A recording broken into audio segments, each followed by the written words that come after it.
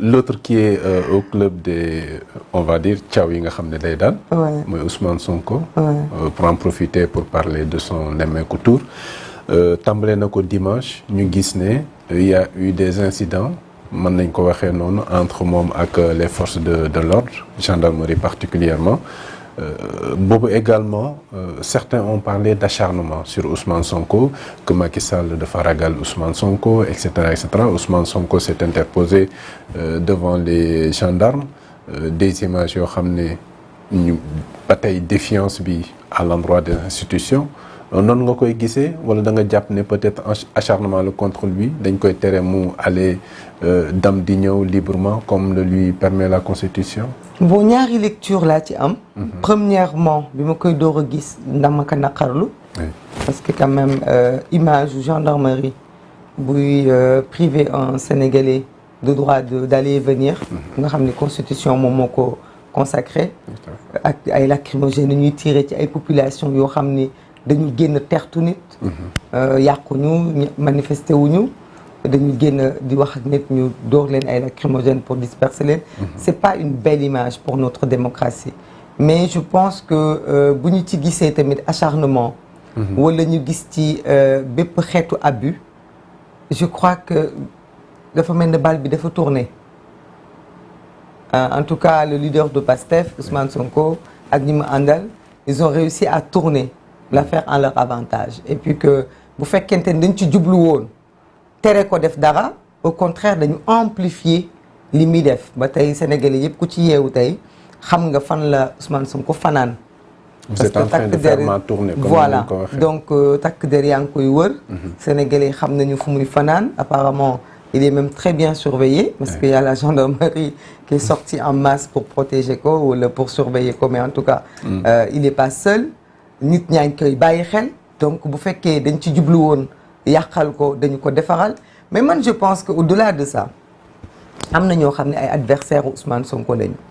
am na ñoo xam ne sax d'accorduñu ak politique am mais ñooñu dañu waroon profiter ci moment bii déposer une plainte collective contre Macky Sall parce que Macky Sall dafa am benn traitement discriminatoire bu muy def envers Ousmane Sonko et les autres opposants parce que je crois quand même que cibler benn nit au détriment des autres adversaires politiques mettre le focus et la lumière sur lui ba nga xamante ne ses faits et gestes sont surveillés et contrôlés et amplifiés de cette façon c'est pas normal parce que am na ñeneen ñoo xam ne itam peut-être bëggoon nañu médiatisation boobu amuñu ko wala sax seen ay mbir du feeñ parce que on parle que de Ousmane Sonko.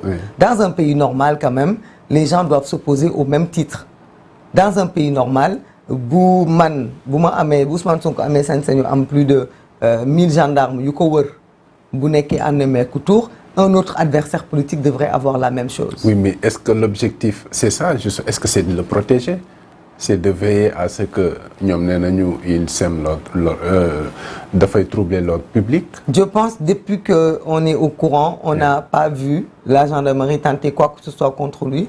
Donc moi j'ose espérer que c'est pour le protéger et j'appelle ses partisans à le prendre ainsi. Avec tout ce dispositif. Oui, parce que bon moi je crois quand même qu'il y a des choses qui se disent que les gens ne sont pas au courant et que peut-être qu'ils sentent un vent tourner. Parce qu'on ne peut pas dire quand même que autant de gendarmes vont se déplacer dans des départements juste comme ça pour se promener ou pour épier quelqu'un. Donc c'est peut-être forcément pour protéger Ousmane Sonko. Parce que comme je dis encore une fois, président Macky Sall, ak gouvernement, ak armée, ak gendarmerie, ils ont autant intérêt à ce que dara bañ a dal Ousmane Sonko, membre de l'opposition. Ils n'ont aucun intérêt à ce qu'il lui arrive quoi que ce soit. Ndax lan? Parce que les Sénégalais, une certaine partie de la jeunesse, une grande partie de la jeunesse, toll nañ foo xamante ne dañu dul nangu dañu def bouclier autour du leader du PASTEF. Donc il faut le prendre, il faut pas toujours tout négativer. Moi jàpp tout du côté négatif. Moi la première réaction que j'ai eue, c'est que j'étais choqué que ñuy gazer ay nit. Mais je dis depuis lors kenn gazewul kenn. Hein? Il y a une certaine peut-être manipulation, une certaine pression psychologique, hein, parce que topp nit ki comme ça, mais qu'il le voie comme une protection, qu'il le voie comme un accompagnement, qu'il le voie comme une sécurité, de telle sorte que duñu ko gisee neneen. Mais je dis man man en tant qu'opposant politique li may ñaxtu mooy lu tax président Macky Sall yemalewul opposants yi nii mu taxawoo Ousmane Sonko nii dar ko ak i gendarme moom teg ko presse ak médiation mais na ko teg ñeneen ñi. man mii su ma ko tegoon ma avancé. man mii su ma ko tegoon mais sama demain ma am jéego yu ma dox ak yeneen leader politique yi parce que tout le monde a le droit quand même à autant d'intérêt. Parce qu'on ne peut pas dire quand même c'est de la persécution à ce point-là, sinon ça devient une maladie. Parce que si vraiment Macky Sall est dans son palais, à penser à vouloir avoir des rapports à la minute de ce que son opposant fait, c'est qu'il faut craindre pour l'état mental de ce pays.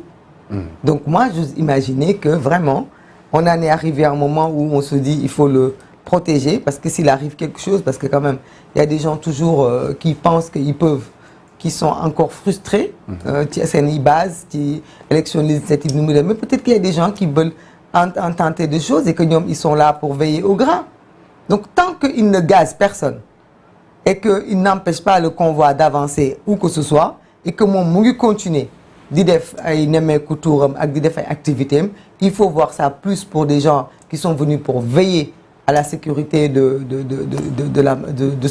ce convoi qu'à des gens qui essayent d'intenter quelque chose. Maintenant, s'ils posent des actes, l'opposition entière c'est dafa taxaw condamné ko société civile bi condamné ko léegi sax mën naa wax ni chaque matin on sait où ils sont réveillés, où ils vont se coucher, alors que peut-être que s'ils n'avaient pas fait tout ça, chacun vaquait à ses occupations, nit ñi duñu ko lijjanti. Donc lu ci mëntu woon jublu rek lu baaxul la. Mais encore une fois na président Macky Sall ak ñi mu àndal delloo si seen xel. Parce que mën na am sax excès de zèle la excès de zèle de la part du préfet de ce département qui peut-être a pensé bien faire et qui a très très mal fait. Excès de zèle aussi de ces gendarmes là yu nga xam ne souvent dès qu'on les appelle, le préfet les appelle à venir exécuter quelque chose, ils ne réfléchissent pas plus que ça. Mais nañu xam ne itam suba ils vont recevoir des ordres venant d'autre part et que nañ ci bàyyi xel. Parce que diggante bi dafa gàtt yàggul, ça fait même pas 16 mois. Donc entre 16 mois, on ne peut pas exécuter des ordres contradictoires. D'accord. Donc qu'ils fassent beaucoup attention à ça. cheetetetet mais yow sawaay yow fu ñu la fekk yaa ngi ci kanamu ordinateur bi wala sa kanamu tablette ba sa téléphone portable lu xew mais damay lire ay information waaw xoolal boo bëgg am ay information yu leer nañ et en temps réel duggal ci www.senegal7.com ay information yu wóor man de maa ngi application Sénégal 7 lépp lu xew dama koy jot ci sama téléphone ci tàng bi te nag application Sénégal 7 am ko yomb na da ngay dugg ci Play Store wala Apple Store nga télécharger ko rek xam li xew ci réew mi ak la xew ci bitim réew te nag dara du la ci umpu. Vous voulez des informations en temps réel? Cliquez sur www.senegal7.com. Sénégal 7, le roi de l'information en temps réel.